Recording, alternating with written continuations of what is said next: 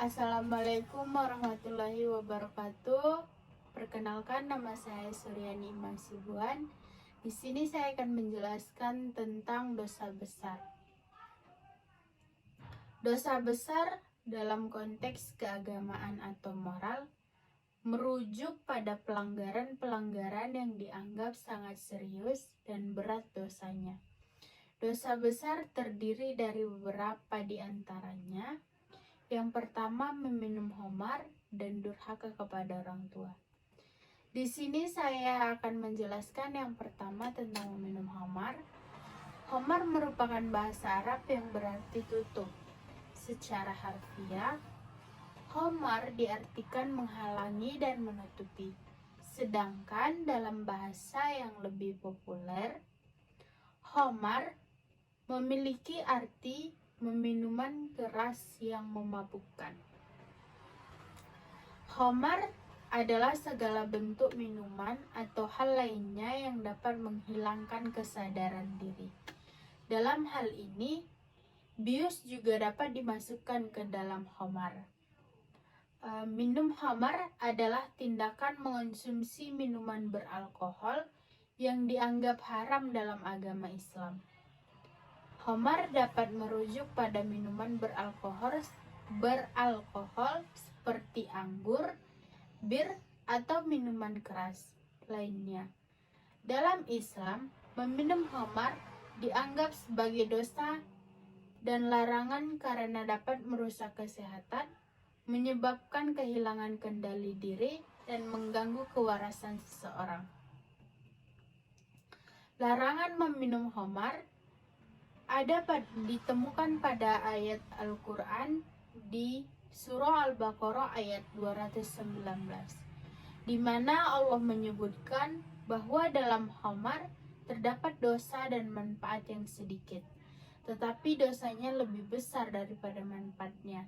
Selain itu, ada juga hadis-hadis dari Nabi Muhammad SAW yang melarang keras konsumsi minuman beralkohol, termasuk khamar.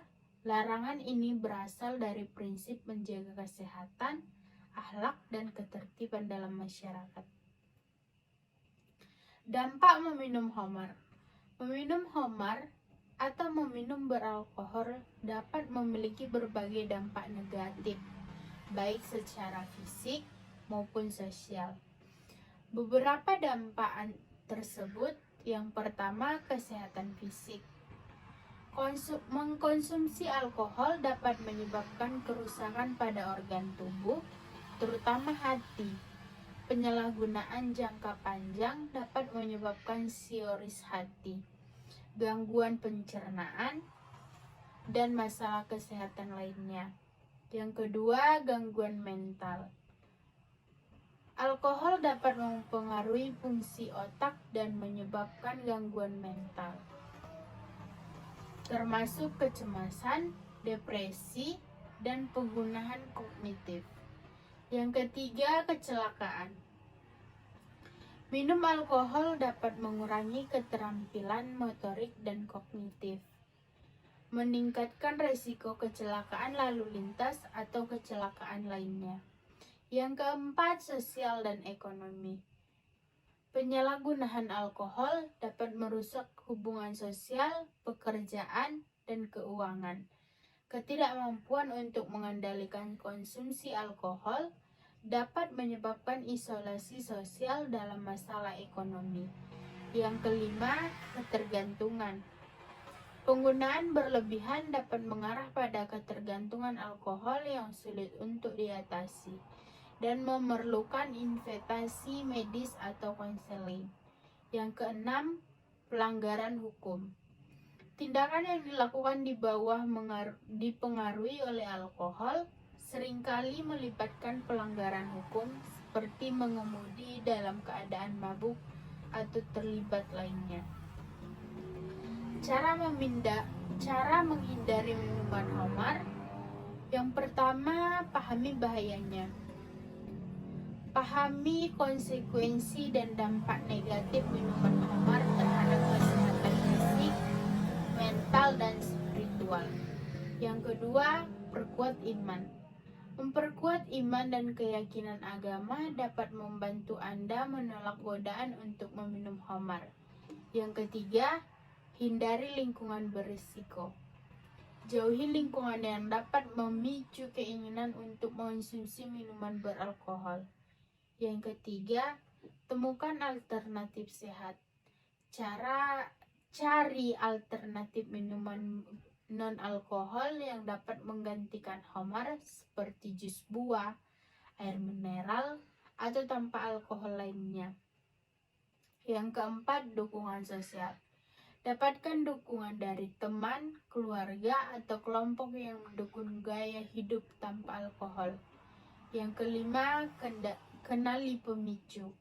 Kenali situasi atau emosi tertentu yang mungkin memicu keinginan untuk meminum khamar, dan cari cara untuk menghadapinya dengan positif.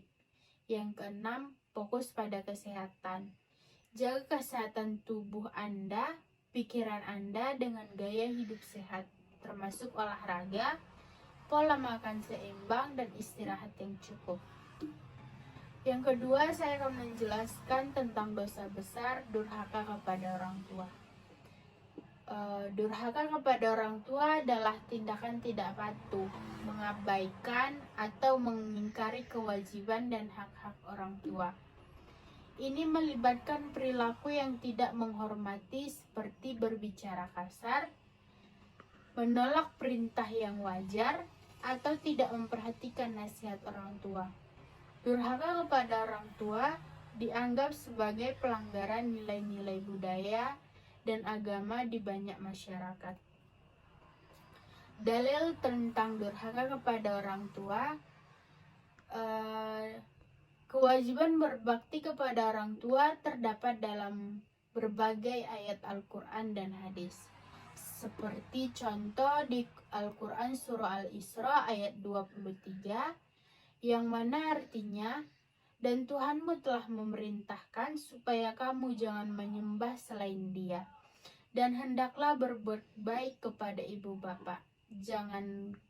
Janganlah seorang pun di antara mereka berdua atau kedua-duanya sampai berumur lanjut. Maka janganlah kamu mengatakan kepada keduanya dengan perkataan dan janganlah kamu membentak mereka, dan ucapkanlah kepada mereka perkataan yang baik dan mulia. Contoh durhaka kepada orang tua. Yang pertama, tidak mematuhi perintahnya. Menolak atau tidak mematuhi perintah yang wajar dan baik dari orang tua tanpa alasan yang jelas. Yang kedua, sikap dan tidak hormat. Memberikan respon kasar, memarahi, atau bahkan menghina orang tua, perkataan atau tindakan. Yang ketiga, tidak memberikan perhatian. Menunjukkan ketidakpedulian terhadap kebutuhan fisik atau emosional orang tua, seperti tidak memberikan perhatian saat mereka membutuhkan dukungan. Yang ketiga, mengabaikan nasihat. Menolak untuk mendengarkan atau mengabaikan nasihat dan pengalaman orang tua, meskipun mereka bermaksud memberikan panduan yang baik. Yang keempat, tindakan menunjukkan penghargaan.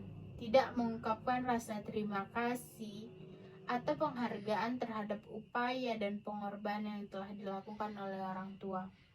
Yang kelima, menghindari kewajiban keluarga. Menolak tanggung jawab dan dalam kewajiban keluarga, seperti mengabaikan urusan rumah tangga atau tidak membantu ketika dibutuhkan. Cara menghindari agar tidak durhaka kepada orang tua, yang pertama, berkomunikasi dengan orang tua yang dengan baik. Jalinlah komunikasi yang baik dengan orang tua, berbicaralah secara terbuka dan jujur, saling mendengarkan dan mengungkapkan pendapat dengan hormat. Yang kedua, hargai dan hormati. Tunjukkan penghargaan dan hormat kepada orang tua. Kenali pengorbanan dan usaha mereka, serta hargailah pengalaman hidup yang mereka miliki. Yang ketiga, Patuhi perintah dengan sabar. Jika orang tua memberikan perintah, usahakan untuk mematuhinya dengan sabar. Jika ada ketidaksepakatan, sampaikan pendapat Anda dengan sopan dan rasional. Yang keempat, bantu dalam kewajiban keluarga. Ambil bagian aktif dalam kewajiban keluarga, bantu orang tua dalam tugas-tugas rumah tangga, dan berikan dukungan ketika dibutuhkan. Yang kelima, dengarkan nasihat mereka.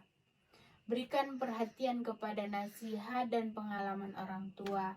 Mereka memiliki wawasan dan pengetahuan yang berharga yang dapat membimbing Anda dalam menghadapi berbagai situasi. Yang keenam, jaga sikap positif. Jauhi sikap kasar atau sikap menunjukkan ketidakhormatan. Jaga sikap positif, hormati perbedaan pendapat, dan cari solusi secara dewasa. Yang ketujuh, penuhi kewajiban keagamaan. Jika Anda meyakini keagamaan, penuhilah kewajiban keagamaan Anda. Nilai-nilai agama seringkali mendorong penghormatan terhadap orang tua. Demikianlah yang dapat saya sampaikan tentang dosa besar. Billahi taufiq wal hidayah. Assalamualaikum warahmatullahi wabarakatuh.